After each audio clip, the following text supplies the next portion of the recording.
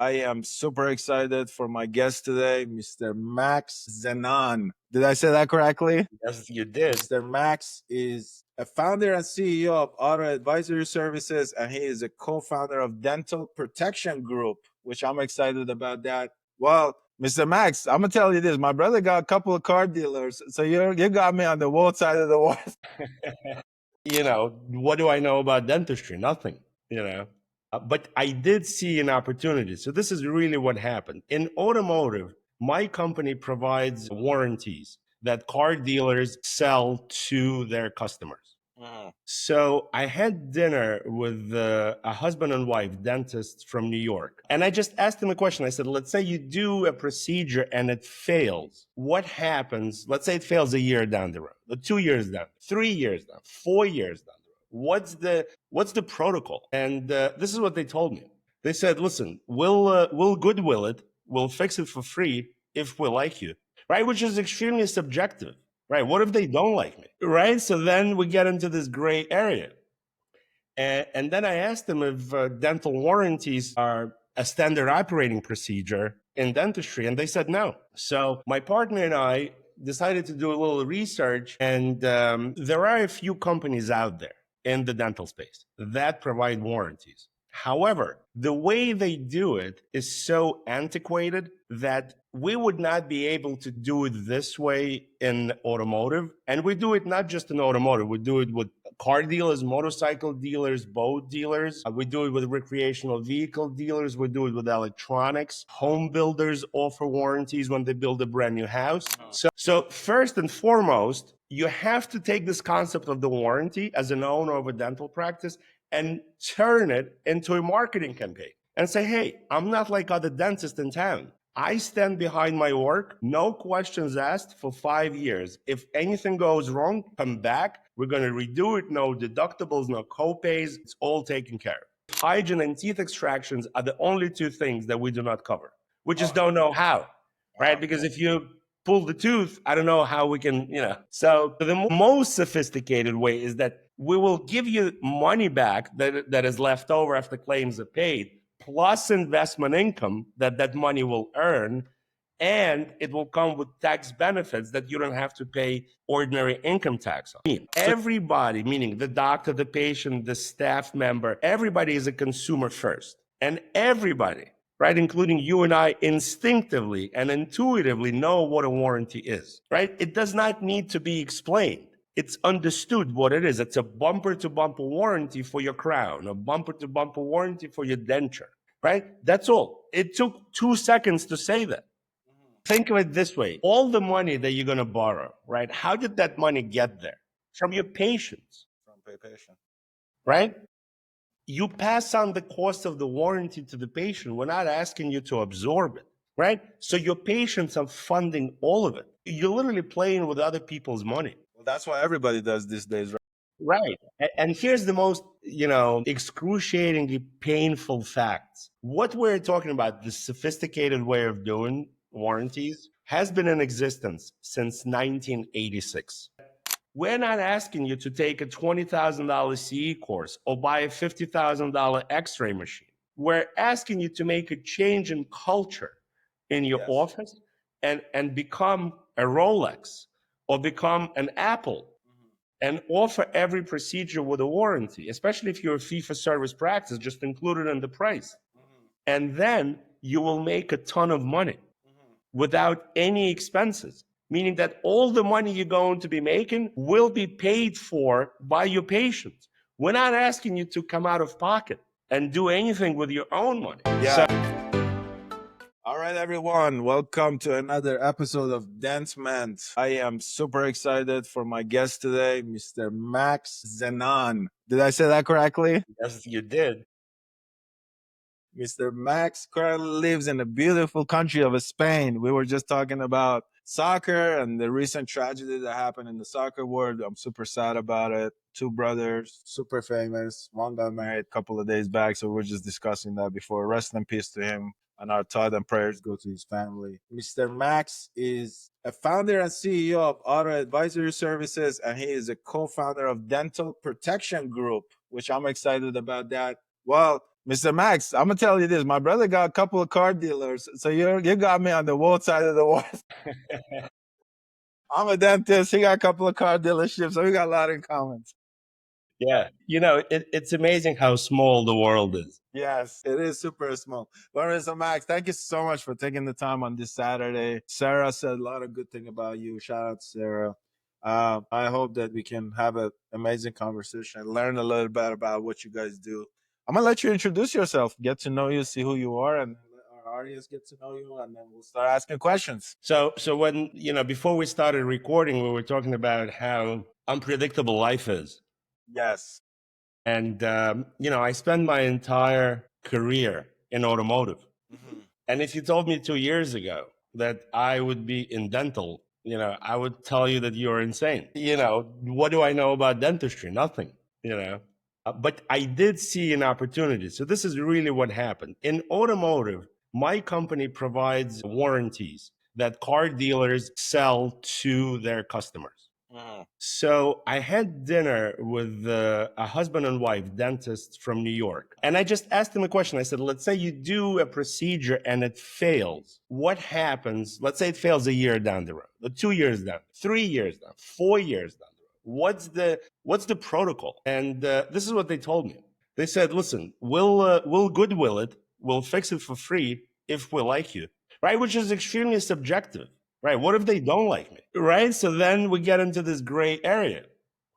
And then I asked them if dental warranties are a standard operating procedure in dentistry, and they said no. So my partner and I decided to do a little research, and there are a few companies out there in the dental space that provide warranties. However, the way they do it is so antiquated that we would not be able to do it this way in automotive. And we do it not just in automotive, we do it with car dealers, motorcycle dealers, boat dealers. We do it with recreational vehicle dealers. We do it with electronics. Home builders offer warranties when they build a brand new house. So the way it's done in dental currently is not something that would be greatly appreciated by the business owners in the other industries. And here's what I mean. The way it works currently from existing providers is that you as a dentist can sell a warranty to your patient. Let's say it's a 5-year warranty. And then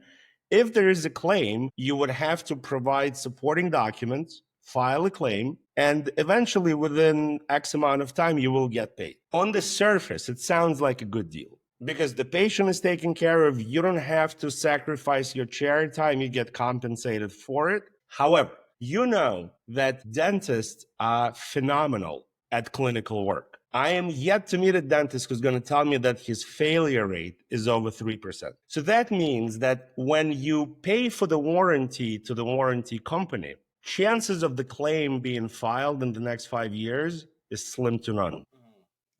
And slim left down. So that means that all the money left over after claims are paid is going to become profit for the warranty company. I see. Okay? I see.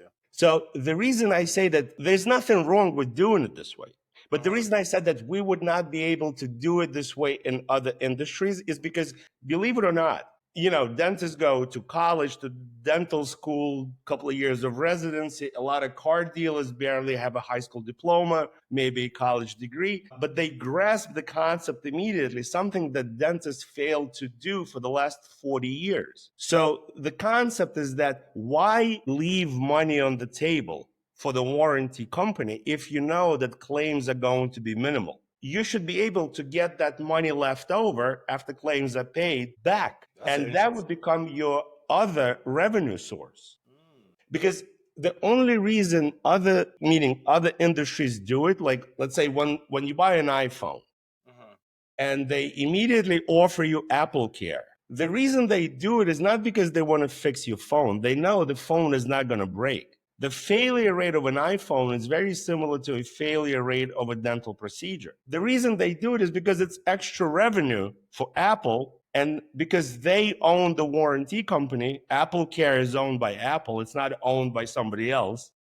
they get to keep all the money left over after claims are paid. So when we decided to enter dental, we decided to bring a more sophisticated way of doing dental warranties, meaning that they are more profitable for the owner of the dental practice. So if you want to do it the old-fashioned way, we can do that too, right? So the cost of the warranty is 10% of the dental procedure. So if you were charging $1,000 for a crown, now you're going to charge $1,100. The patient is covered for 5 years for the entire dollar amount that they spent on the procedure. Easy peasy. We do not require any supporting documents. We pay claims the same day over the phone with a credit card. So you never have to chase after your money. And offering a warranty, regardless of which way you're going to do it, is really beneficial for your practice. And the reason I say that is because, again, every brand new car comes with a factory warranty. Every television set comes with a factory warranty, right? Every iPhone, every Rolex.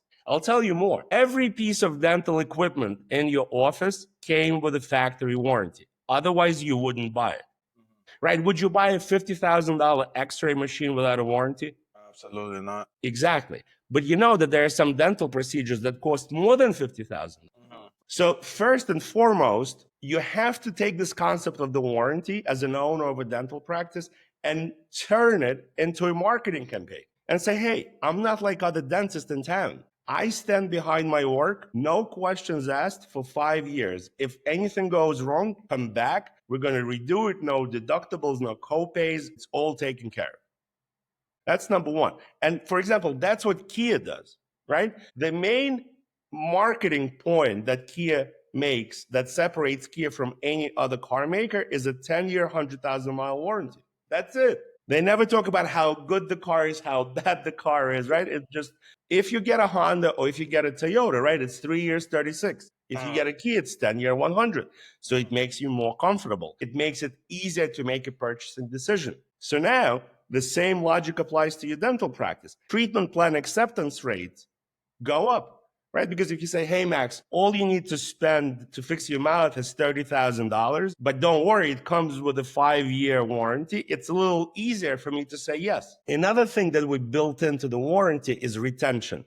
Because if you turn this into a marketing campaign, it should help you get more patients, new patients, right? So we encourage you to put this on your website, on your social media, in your text and email communication with your patients. But then acquiring new patients is fantastic, but keeping them is even better. Yes. So in order for the patient to keep the warranty active, they need to go back to you for regular checkups, and you determine intervals of those checkups. So some doctors want to see patients every 6 months, other doctors every 9 months, every 12 months, depending on their specialty. So for example, we have full arch practices. They only want to see the patient once a year. And then we have general dentists that want to see the patient every 6 months. Another benefit of offering a warranty is that, again, you don't have to spend any time on stressful conversations or deal with negative online reviews, because if everything is covered, the patient has nothing to complain about, right? So let's say you did a crown, it failed 4 years later, I call you and I say, Dr. Milad, the crown broke. If I have the warranty, all you have to say is, hey, don't worry, come in tomorrow and we'll take care of it. But if I don't have the warranty, most likely, what am I going to hear? I'm going to hear, well, it's been 4 years. I don't know. Maybe we can split the cost, or maybe you have to pay the full price again. Listen, again, maybe I'm a reasonable person and I will split the cost of pay the full price again. But if I am convinced that it's not my fault, I go on Google, right? I go on every social media platform and I write a composition. Like, these bad reviews are never short, right? The good reviews are like one sentence. Great doctor, highly recommend. Bad review is like 2 pages long. So we get rid of that. And by the same token, all the peer review cases should go away as well, because the patient is covered. You can redo the procedure, no questions asked. So these are the benefits of offering a warranty, regardless which way you do it. So the antiquated way or the traditional way is, it still works, right? You are taking care of, the patient is taken care of. It's just not as profitable for you as it could have been. So the second way we offer warranties is that we will give you back all the money left over after claims are paid on an annual basis. Meaning that since every warranty contract is 5 years long, every year of that contract represents 20% of that contract. 1/5. So every year we'll give you 1/5 of money left over after claims are paid we'll give it back to your practice. We'll either write a check or do a wire transfer. And that money is going to come in as ordinary income, which is an additional revenue source for your practice. But like any other ordinary income, you would have to pay taxes on it to Uncle Sam. Yeah. Therefore, we offer a third way, which is the most sophisticated way. This is how Best Buy does it when they sell you a warranty. This is how Apple does it when they sell you Apple Care. And the more sophisticated way is designed for larger practices that do probably a little over $1 million a year in gross receipts outside of hygiene and outside of teeth extractions. Because hygiene and teeth extractions are the only two things that we do not cover. We just don't know how, right? Because if you pull the tooth, I don't know how we can, So the most sophisticated way is that we will give you money back that is left over after claims are paid, plus investment income that money will earn, and it will come with tax benefits that you don't have to pay ordinary income tax on. So depending on the size of your practice, depending on how sophisticated and financially savvy the practice owner is, we have a solution for every situation. And you can start out by doing it the traditional way. Once you realize that you're leaving money on the table, you can always flip over to the other way. And if you're big enough and you want to get all the benefits, you switch over to the third way. Now, the reason people do this, and it doesn't matter what industry it is, it's not because they want to fix teeth or fix cars or fix iPhones. It's because it's an insane money-making machine. Meaning that if you do this long enough, regardless of what business you're in, so let's say you're a dentist, and if you put this warranty on everything that you do, and you do this for about 7, 8, 9 years, at some point, if you are doing it the most sophisticated way, your warranty portfolio will always be worth more than your practice. So if you do it long enough, not only that you're getting an additional revenue source, you're actually building a 4K on steroids. Oh, I see what you're saying. I see what you're saying. So my question to you is that the warranty that we're talking about. So let's say I'm a dentist. Mr. Max comes sees me. I do a crown prep. The patient paid $1,500 for the crown prep. That's the cost of that crown prep. And does the patient pays that additional $150 on the warranty for that crown? Do we turn around and send that money back to you guys? Mm-hmm. Does the money comes to you? Okay. So for every patient, the money comes to you guys. And then you're essentially what you're saying is at the end of that 5 years or at the end of that year, if no claim was put into place, then you kick back the dentist, whatever that Exactly. profitability level is. And you and I both know that the likelihood of a claim is very low. Very low. Yeah.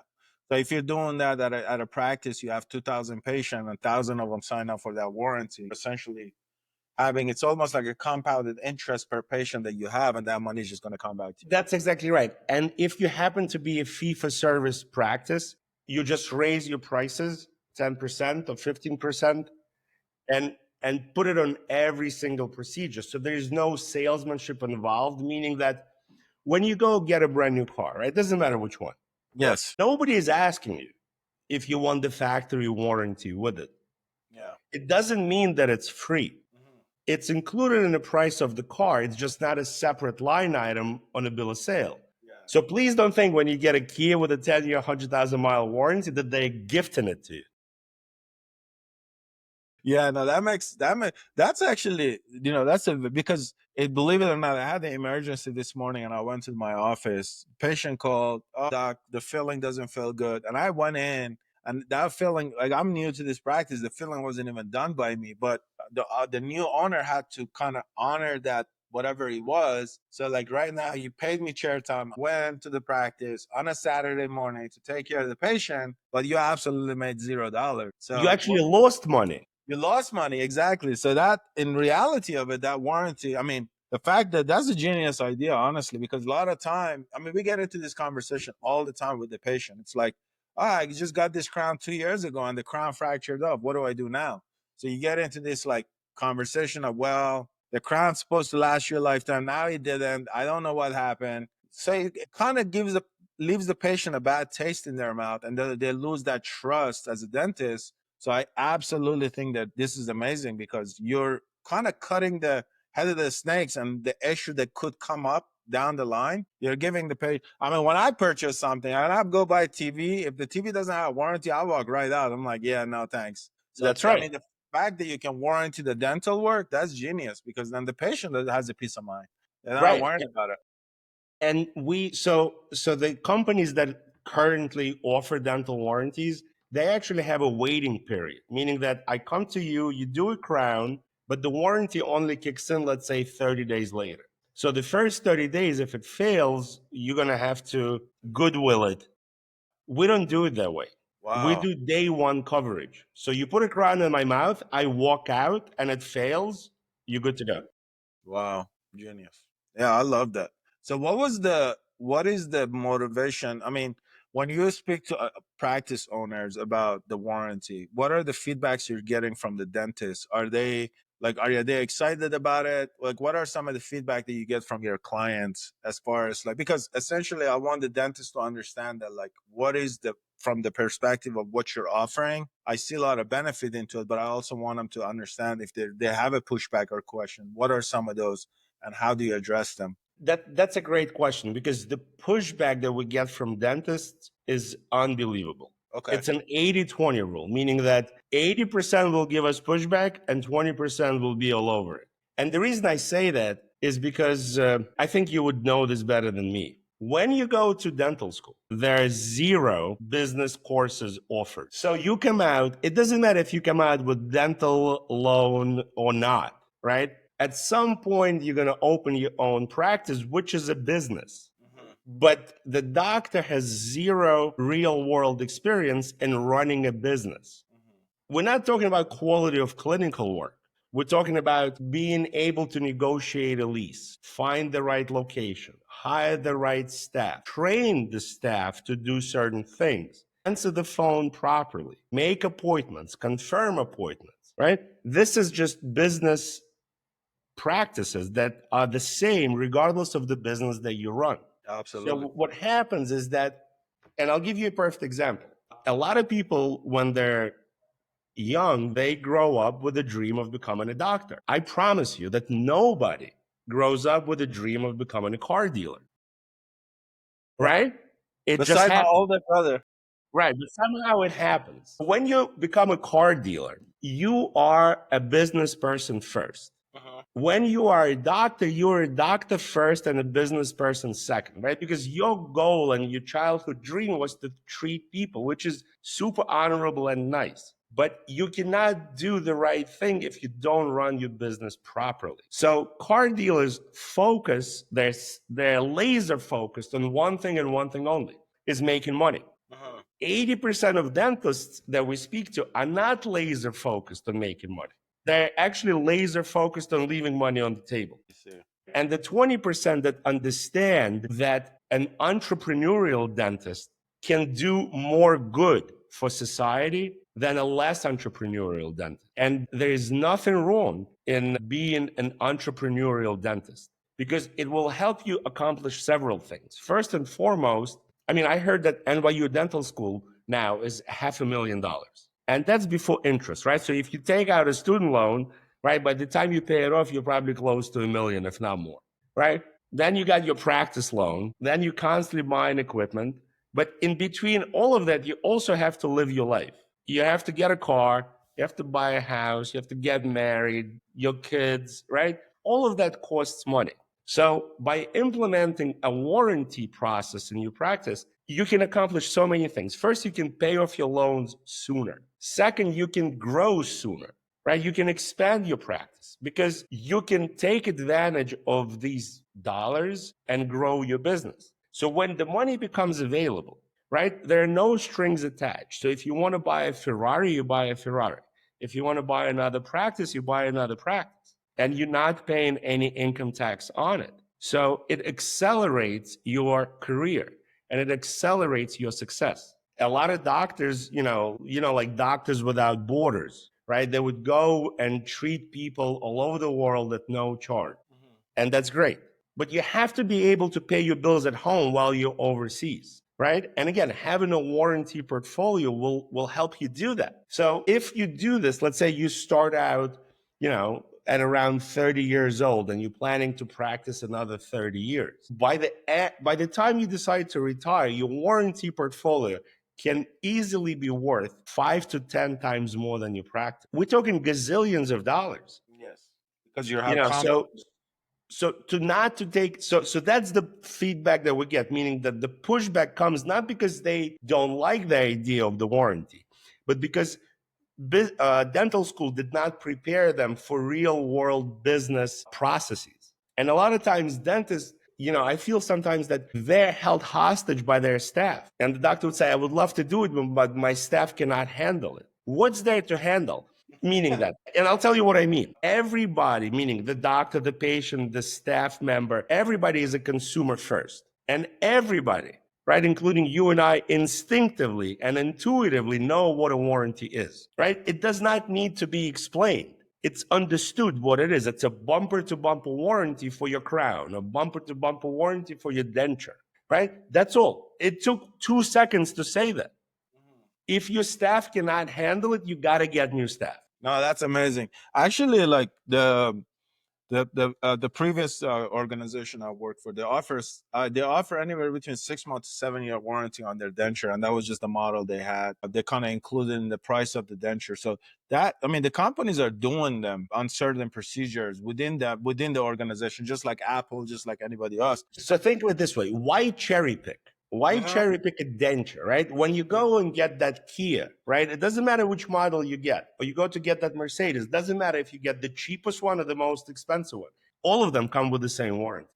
No, I think it's honestly, I think it's a great idea. But the one thing I wanted to ask you, so as you know, a lot of dentistry to me, I mean, medicine, dental in the US is very insurance driven. It's everything is based on the insurance. You tell the patient, I need a crown, you need a filling. The first thing they ask is, does my insurance cover that, right? How do you, oh, if a patient, let's say if I tell a patient, hey, I'm doing this crown on you, your out of pocket is additional $300, rest is going to your insurance. How are you explaining the part that, hey, like as part of that, paying us is going to your warranty of this particular crown? Because essentially you have to include that into your thing. But then are you running into issues with the insurance companies? Because the insurance companies are, why are you giving this to the patient when the patient through the insurance have like 5 year or whatever as a goodwill, right? Or whatever the case may be. How do you overcome that when the conversation becomes, because that's what I'm thinking. That's the thing that comes to my mind is like, how do you over explain that to the patient that, hey, you're going to have this warranty, but your insurance is paying your crown or paying portion of your crown. How do you deal with that? So this is how a dentist explained to me. This was the most brilliant explanation he gave me. He says, Max, do you understand the difference between medical insurance and dental insurance? Yes. And I said, I don't, because I honestly never had dental insurance in my life. So he says, medical insurance works as follows. He says, let's say you break your finger, your index finger today. Your insurance covers it. You're good to go. You break the same finger next year, it's covered again. You break it again the third year, it's covered again. The fourth year, so on and so forth. He's like, it's So always covered. He says, you come to my office with dental insurance and you want to get a crown. It is covered.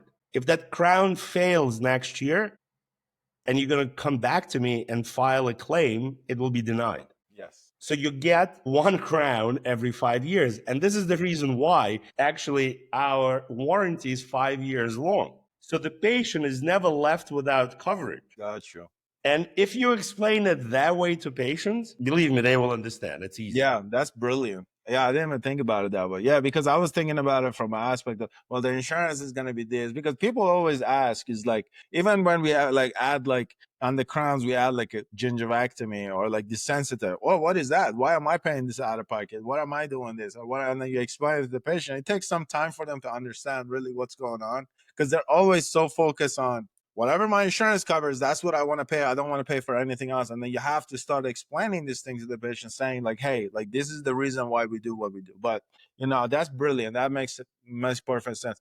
The other thing that you mentioned as part of your third program, as part of what you guys offer, is like The one thing I hate about US is Uncle Sam. They always come after your money, and then my money, I don't know where it goes. It goes to some politician pocket, but that's beside the You, point. you don't see it and you don't I don't feel it. see it exactly.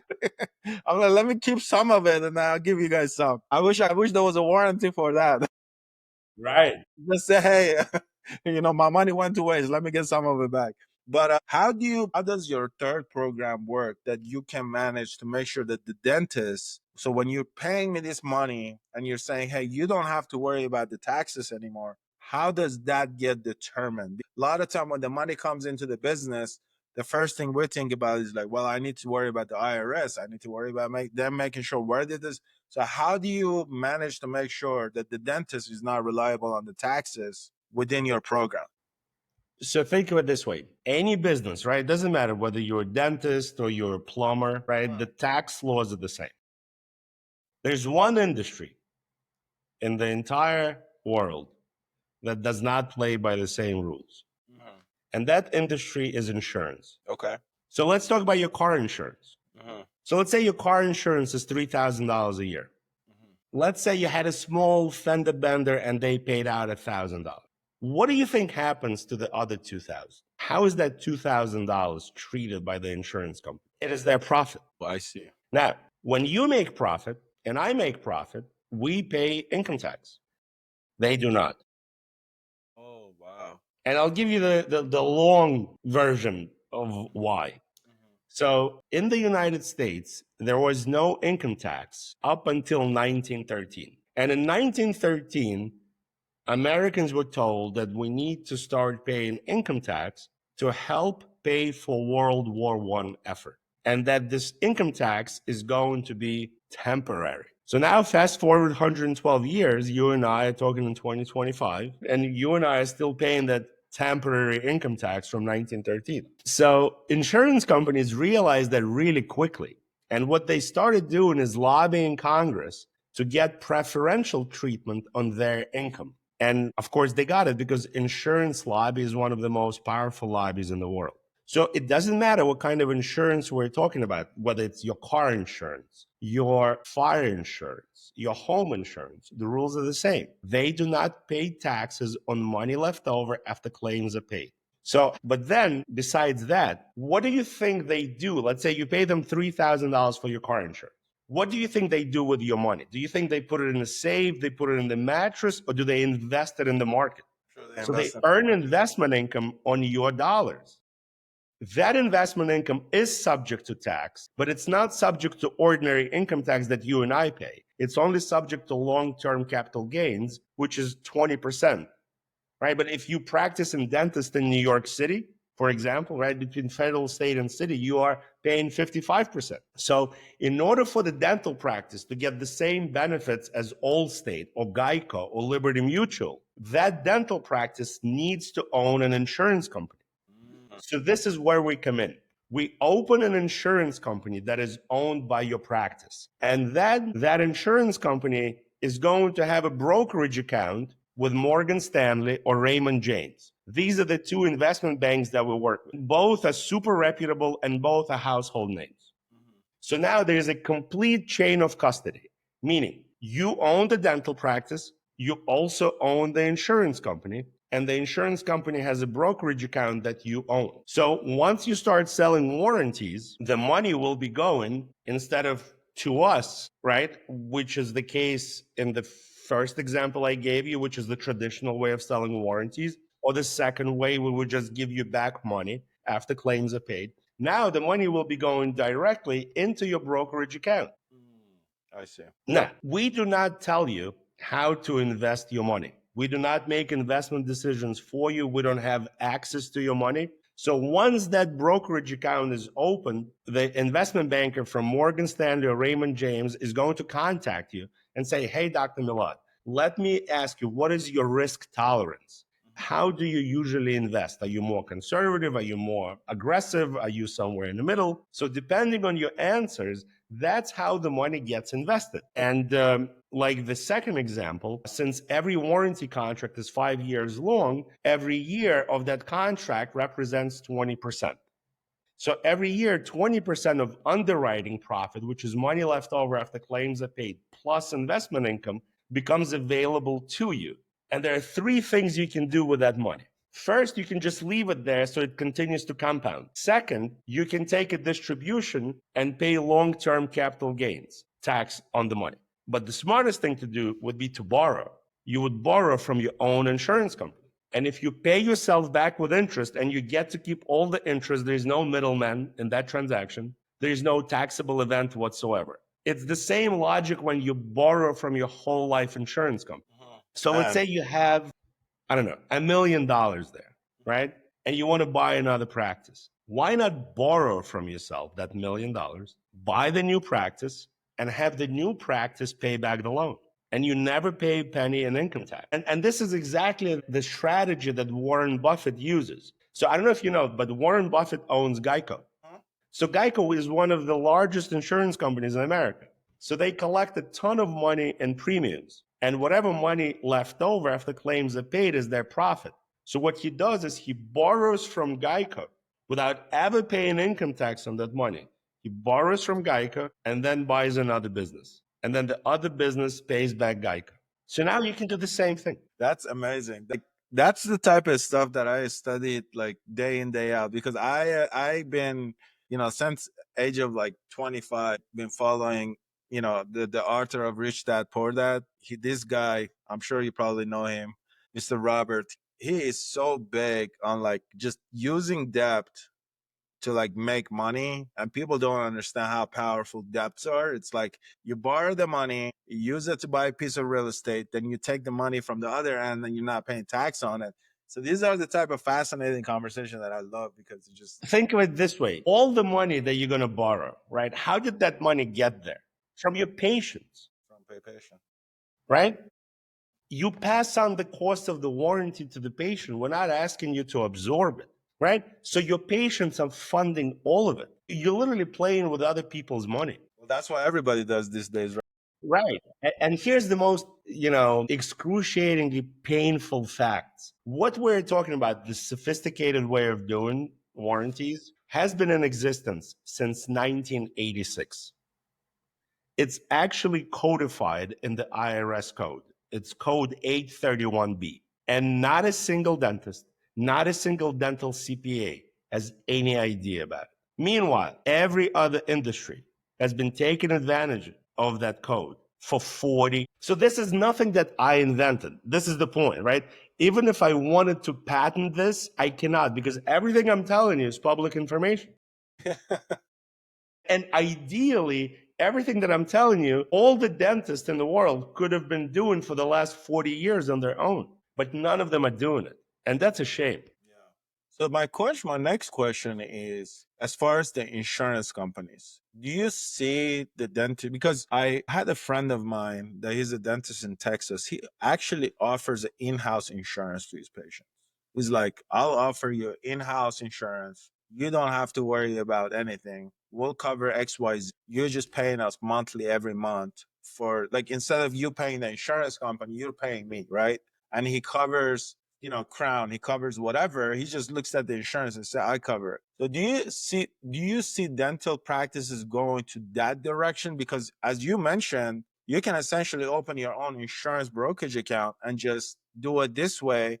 And you don't have to worry about paying taxes because now you're having it technically your dental practice is an insurance office / insurance company / dental practice. What do you think the approach can be if we wanted to look at it from a perspective of like that? Do you think that is a possibility for more dentists to go that direction and not deal with the insurance companies? So I see that smarter dentists, they call them membership plans, Oh, and they do offer them because it's recurring revenue. I mean, listen, it's almost like a gym membership, right? You sell it yes. hoping that the Yeah. person will never come to exercise.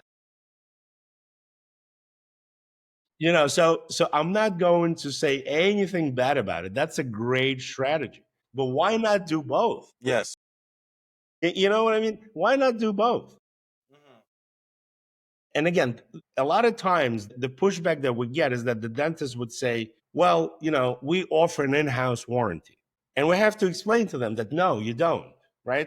You're just going to goodwill it right? You're going to lose chair time. You're going to lose an opportunity to see a paying patient. So that's not a warranty. A warranty is something that's going to reimburse you for your time.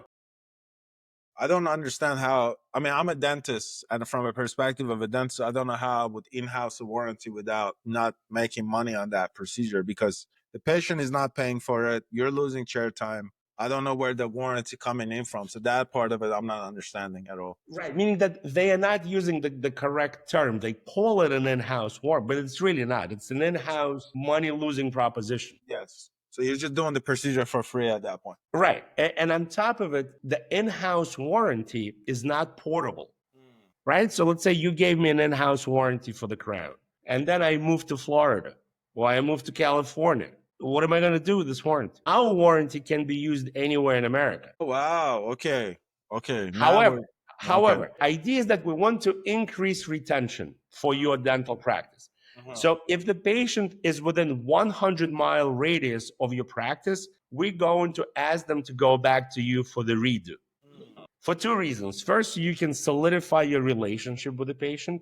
And second, so we can pay the claim back to your practice. Gotcha. But again, maybe the patient is on vacation, or they are on a business trip, or they move to another state. No problem. They can now go to any dental practice in America. We do not limit them. There is no network, and we will pay the claim to that practice. That's that's the part that is fascinating, because, their biggest challenge with dental insurances right now is like who's in network, who's out of network. And that's one of the challenges we're dealing with right now in the practice of man.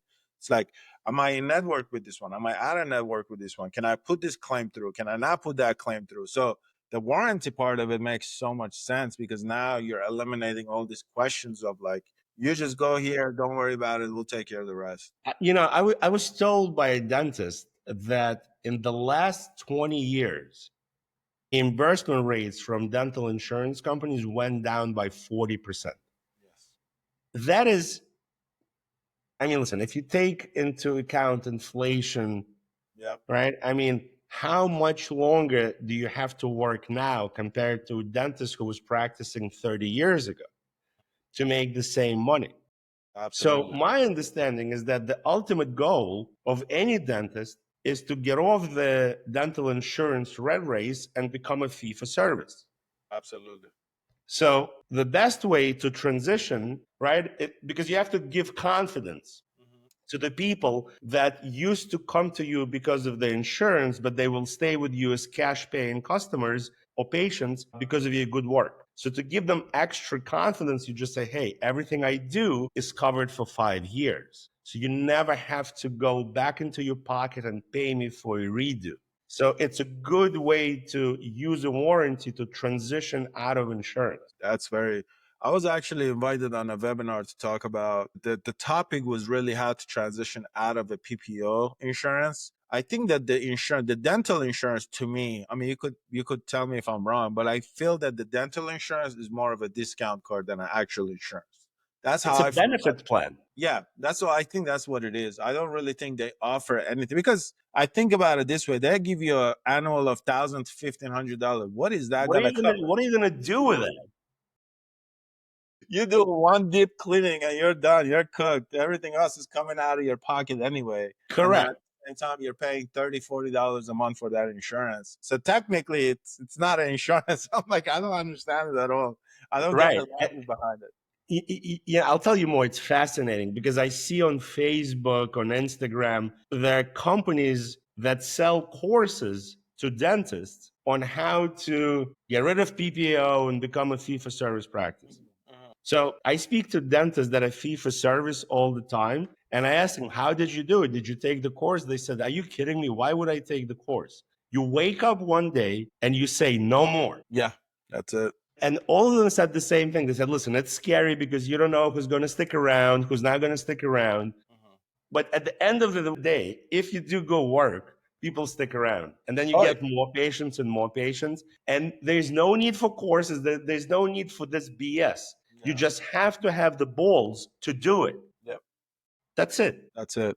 No, absolutely. I mean, just this week alone, I went to the office. I was like, we're not taking DHMOs anymore, because those DHMOs were just the DHMOs. are killing dental practices. That's just my, I did a filling on a patient, believe it or not. We send the bill for like $120. They paid us $1.50. It's like, come on. Like, how do you sustain as a business when you get the bill back and you're like $1.50? Like, it doesn't make any sense. And then you go to the insurance company and they're like, oh yeah, but we're sending you like, $1,200 check a month. I'm like, $1,200 doesn't even cover like one of my. Phone bill. So yeah, the whole insurance thing, I don't honestly understand it at all, because I think there's no benefit to the patient and there is no benefit to anybody. So the idea of, I honestly, before today, I didn't even know such a thing existed, like a dental warranty. That's very fascinating to me to learn more about it and really understand the perspective of it, because I think the more dentists have options to provide to their patient and increase that patient experience, like you said, you have the freedom to transition out of these insurance companies, because that is one of the biggest thing that we're dealing with in the dental industry, is that it's the dentist against the insurance. And I'm sorry to say this, the ADA is not doing anything to help anybody. They're not doing anything to advocate for the dentist to go to this dental insurance company and say, you got to do better. I don't know what the ADA is doing, but that's just my perspective of it. I know they're not doing anything to help anybody. So the fact that you guys are coming in to kind of improve that experience for the dentist and for the patient, I think these are the things that is a game changer for the industry as a whole, because it is needed. Where do you think? So, what is your? And I know our time is coming to close, but what do you think? 3 to 5 years. What do you think your goal is for? What are you doing? What do you want What do you want the dentist to kind of take away from this conversation? And how are you seeing things changing? So the real takeaway here is that it might sound a little rough, but whoever has the most toys wins in life. The fact that a lot of dentists are practicing in their 70s can only be explained by the fact that they're still in debt and they have to. Yes. Yes. It's not because of the love of the profession, right? At some point, you got to retire. At some point, you got to spend time with your kids and your grandkids, Yeah.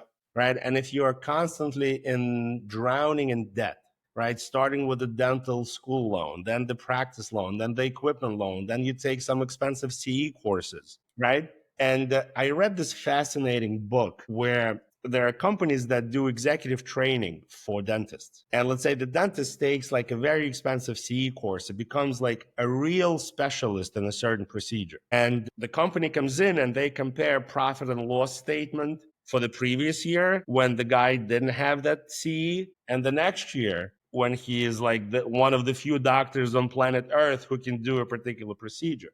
And there's no difference in profit and loss statement. And there's no difference because the doctor cannot articulate his dentistry.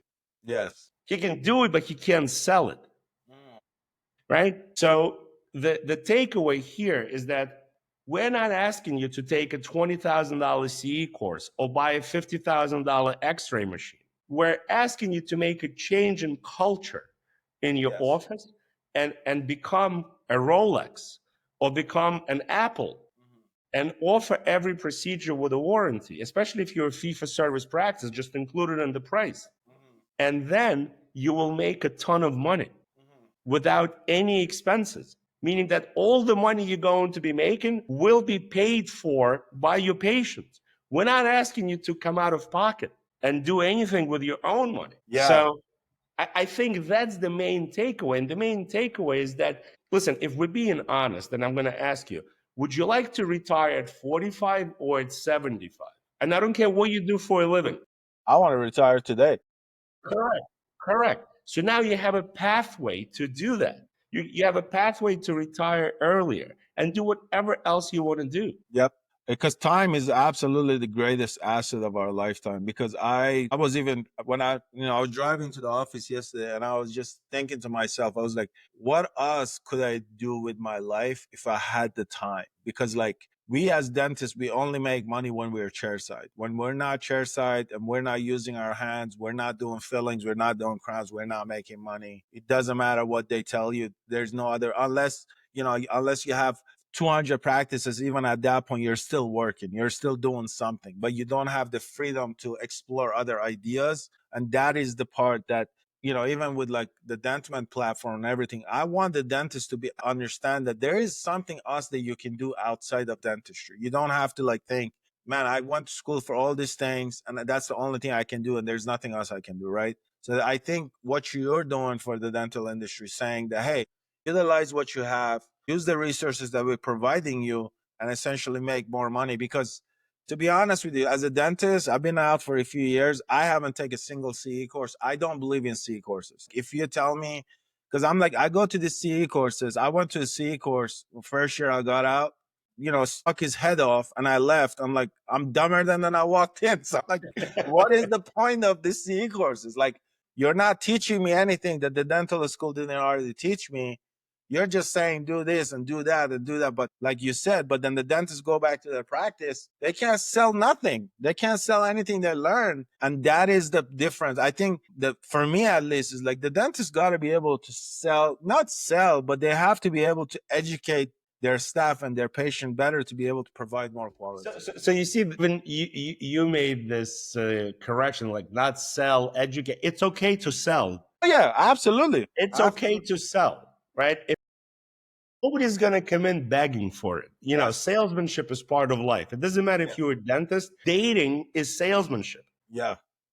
right? Everything in life is sales. Yeah. So the problem that we encounter, that I hear from dentists, is that dentists, and this is ridiculous, they are actually under impression that patients shop dental procedures the way they shop cars. It is not true, right? Nobody, like, I can shop for a car for 6 months. People do that. They know Yes. their lease is coming up. They Yep. can go to this dealership, do a test drive, look at this car, look at that car. That's fine. It's real. Don't tell me people shop for implants or crowns for 6 months. Don't tell me they go from practice to get prices. I will never believe that, because I'm a patient. Yes. I've never done this. I don't know anybody who's ever done this. Yeah. So not only that, listen, think of it another way. When you go to buy a car, you automatically know that you're dealing with a slimy car salesperson. You know that, right? They have a terrible reputation. And when they try to sell you a warranty, you'll be like, oh, maybe I don't need it, blah, blah, blah, right? When I sit in a dental chair with my mouth open and pain, and you tell me, Max, as a doctor, I'm telling you, this warranty is good for you, take it. The trust factor cannot be compared to a car dealer. Of course, I'm going to say yes. Why would I not say yes? Well, yeah, because also you're giving the patient option. Like I said, for me, that's like the biggest thing is like, I believe that anything that you can do to help that patient out long term and for them to say, hey, man, like I walked out, my crown is covered for 5 years. Doesn't matter what happens, this crown is good. It's a peace of mind that they have, right? It's just like anything else. I think it's an amazing idea because the patient experience will go up. Like you said, the retention goes up. The patient is not concerned because it happens to me. I do a crown, the patient didn't like it, or the patients feel like I didn't do something right. Now they're going second, third, fourth, fifth, 10 opinion before somebody tells them the crown is fine, right? But guess what? If they have the warranty on that crown, they're gonna come back here and say, Dr. Owji, like the crown is not feeling good without being concerned that they have to pay that full price or they have to go. And sometimes they have to put like something through their insurance to get the money back for the procedure that I done. So now they can go somewhere else to get that same treatment done by another doctor. The work is not going to matter, but now you lost the trust with that patient. So I think the warranty things makes absolute sense for the dental practice because you're truly, like you said, you're selling the value and the benefit of the product to the patient and not just selling whatever else that you're selling. I mean, sometimes I'm selling, product to the patient that they're absolutely like, I don't know why I need this. You know what I mean? But with the warranty, just like anything else, I think it makes absolute They sense. know why they need it because they know Yes. what a warranty is. It's hard to sell a product that the patient doesn't understand, but they all understand the warranty. I swear to you, you don't need to explain to them. You can just experiment and just ask your patients on Monday. We'll experiment. For sure, I will. I want to do it. And nobody's going to say, well, doctor, what do you mean by that? What is a warranty? Nobody's going to say that because they all know what it is. I'll be like, hey, man, your crown is bumper to bumper covered for That's 5 it. It's bumper to bumper for 5 years, Yeah. right? It's the easiest way to explain it. I just bought a car. The guy's like, bumper to bumper warranty. That's it. Well, But on you the know, bump, you wouldn't buy it without the warranty. That's yes. the whole point. Yep. Because you have a peace of mind at the end of the day. What do people want these days in the year of 2025? They want comfort. They want convenient. That's what people want. They want things to be convenient for them. So they can just be like, as they can replace their iPhone through their Apple Care, they can replace their crown through the warranty that you guys are offering. I think the model is the same. The dentist will benefit from it, from, the process that you guys are putting. I think is an absolutely amazing idea. Well, Mr. Max, before I let you go, I want to know where people what's the best way for dentists to find you, where they can find you. So our website is dentalprotectiongroup.com. My email address is max@dentalprotectiongroup.com. And my cell phone number is 917-903-0312. Perfect. And I actually answer it. Well, hey, you got my hometown phone number in New York. I grew up in Brooklyn, Right. so we're not too far. So I grew up in Brooklyn too. You did. Yeah, I went to Fort Hamilton High School. Oh my God, I went to Brooklyn College. I went to John Jay College. Oh my God, look. The more and more, that's why Sarah was like, I'm scared for two of us to come together. They were like, yeah, these two New York guys gonna come together and clash. Hey, well, Mr. Max, I absolutely thank you so much for your time. I truly appreciate. I think what you're doing is so amazing, and that's something that's coming from a dentist. Because my goal when I started this podcast 7, 8 months ago, like you said, I saw the gap in dental industry where the business does not meet the dental word, and then the lack of business knowledge in dentistry is it's crazy.